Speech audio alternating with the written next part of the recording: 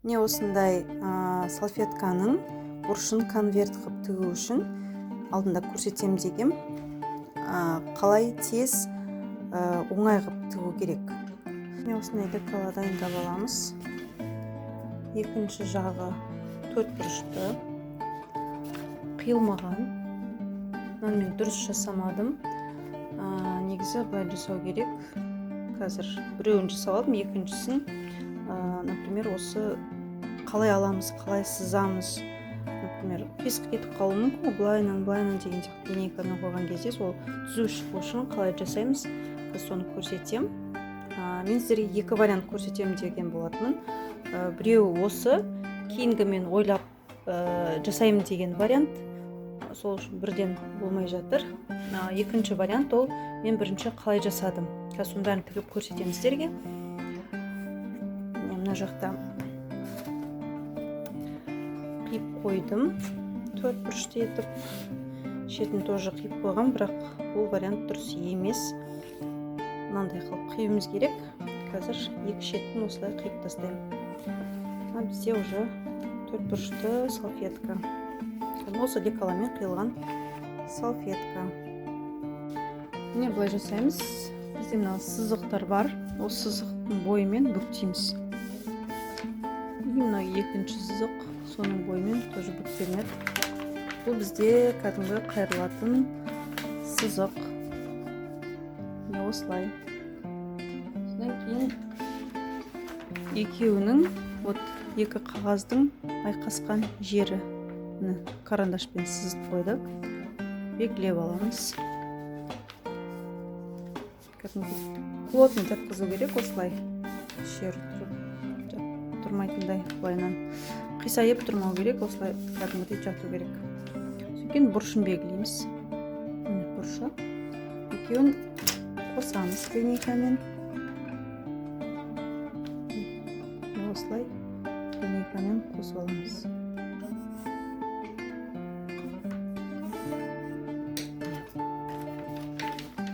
Осылай. Былайынан қарасаңыздар, міне мына сызық. Осыны ары қарай жалғастырамыз.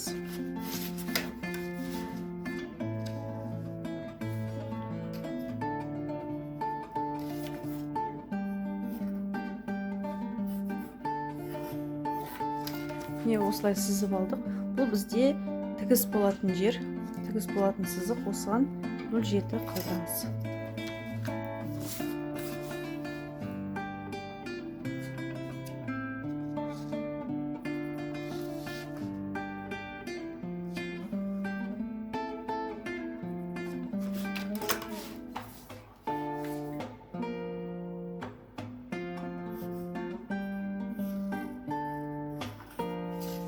Міне осылай. Сөйтіп, оны қиып тастаймыз.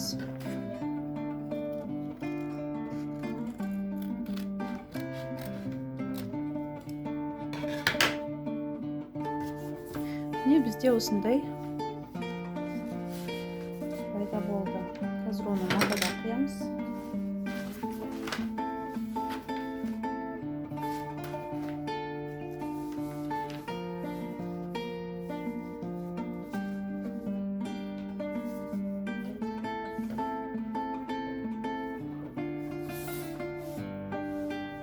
Дұрыстан жатқызып.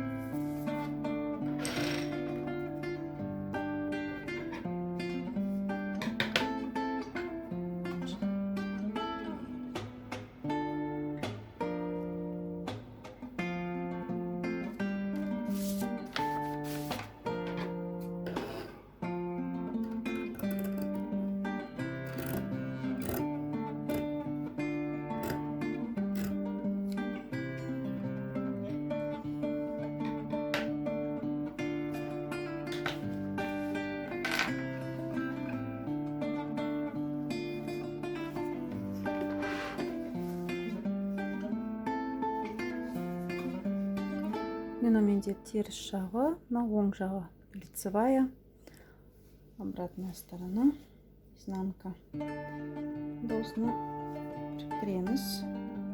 Осылай. Міне жаңа қиылған бұрышы, соны просто екіге бүктейміз. Екі жағы бірдей болу керек. Осылай жату керек. Осылай булавка жылжып кетпес үшін булавка кигізіп қоямыз. Осылай 0,7 қалдырып тігеміз и 1 сантиметр жеткізбей. Осылай аяқтаймыз. 1 сантиметр жеткізбей аяқтаймыз. Осы булавкаға дейін тігіп шығам. Не үшін 0,7 қалдырдым тігіске, себебі лапканың бір жартысы 0,7, инеден ары қарай мына жерге дейін 0,7. Лапканың бойымен ұстап қойып тігемін.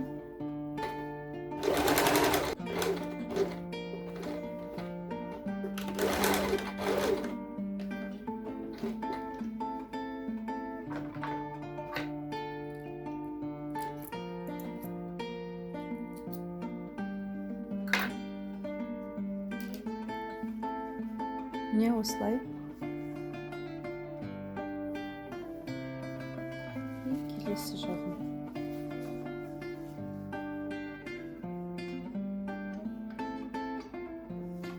Міне осылай екі ашып, жатқызып, аударам, сөйтіп үтіктеп алам.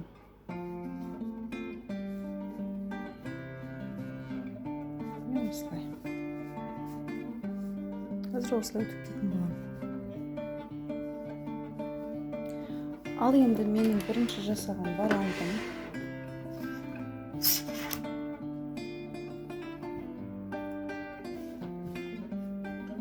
беткі жағы, шетінен 4 сантиметр,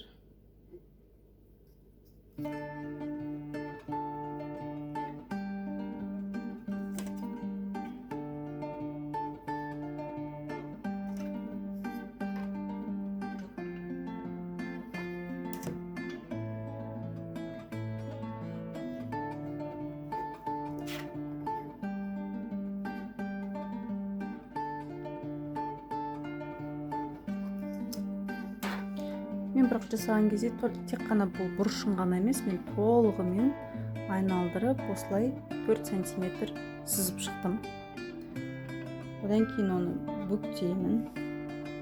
Бүктедім. Былай бүктедім. Сөйтіп осының барлығын үтіктеп шықтым. Қазір енді үтіктеп көрсетпей ақ қояйын. Былай да жасауға болады. Бұл үтіктесе кәдімгідей ровно болып жатады.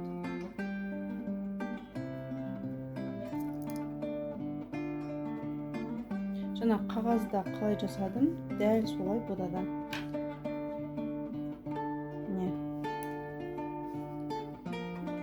Айқасқан жерін тауып алам. Қайшымен насечка жасаймын, өйткені ол тек қана бетінде тұрған матаға емес, мынау жақ астындағы матаға да түсу керек, ең астындағы. Ең беткі мен ең астындағы. Насечка жасадым, кішкене ғана. Оны ашам. Міне сөйтіп үтіктеген кезде біздер мына жерде сызықтар қалады. Сонысымен өте ыңғайлы. Деп примерно бүктелінген нелер бойынша осылай отметка жасап алдым. Міне бізде насечка берген. Міне и міне сол екеуін біріктіремін.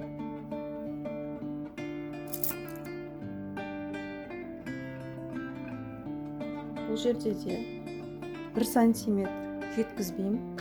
Мынаны белгілеп алам сабынмен. Не, белгілеп қойдым. И мына жерде айқасқан жері. Бұрышы яғни. Осылай екеуін қосамын. Ойлаңыздар, сіздерде салфетка біреу ғана емес, кем дегенде 10 дана болады. Әр қайсысын осылай сызып отырасыздар. міне осылай сыздым. Қазір осы сызықпен мына булавкадан бастаймын. Осы сызықтан былай закрепка беріп осыны тігіп шығамын.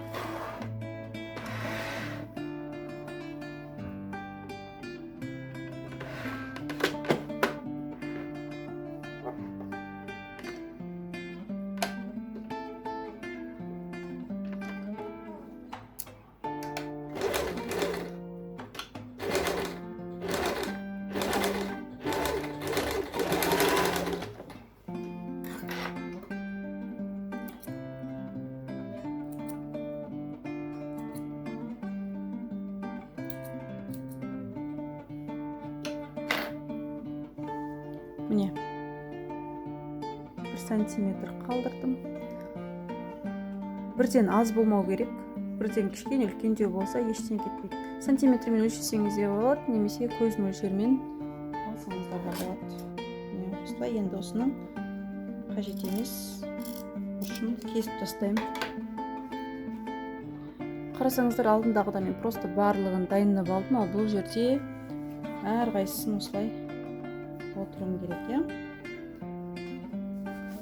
Не бұл да осындай конвертик болып шыға келді.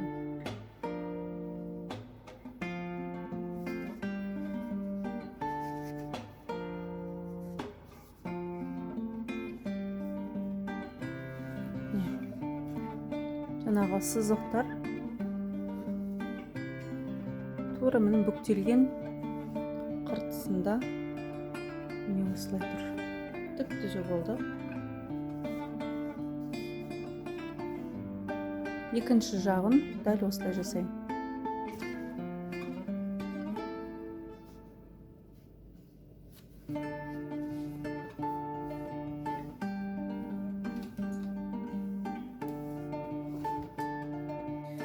Мен полоскамды 3 сантиметрлік қазір үтіктеуге қолданамын. Бұрыштарын үтіктеп алдым. Енді ортасынан метка қоям, 4 сантиметр.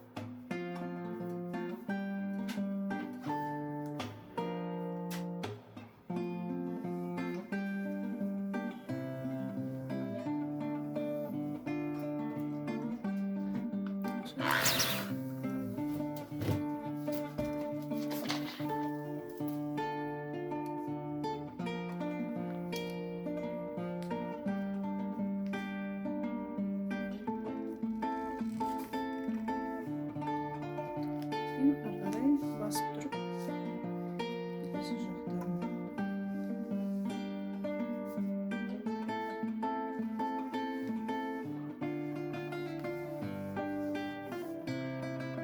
түктеп алуға болады, немесе оны бірден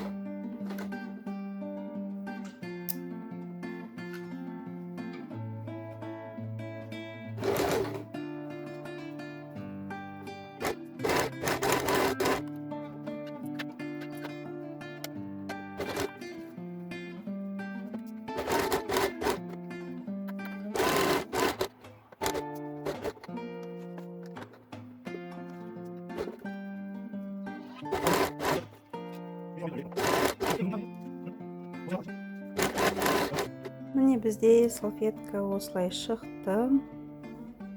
Әп-әдемі болып, сыртқы тігісі көрініп тұрған, и мынау үш жағы.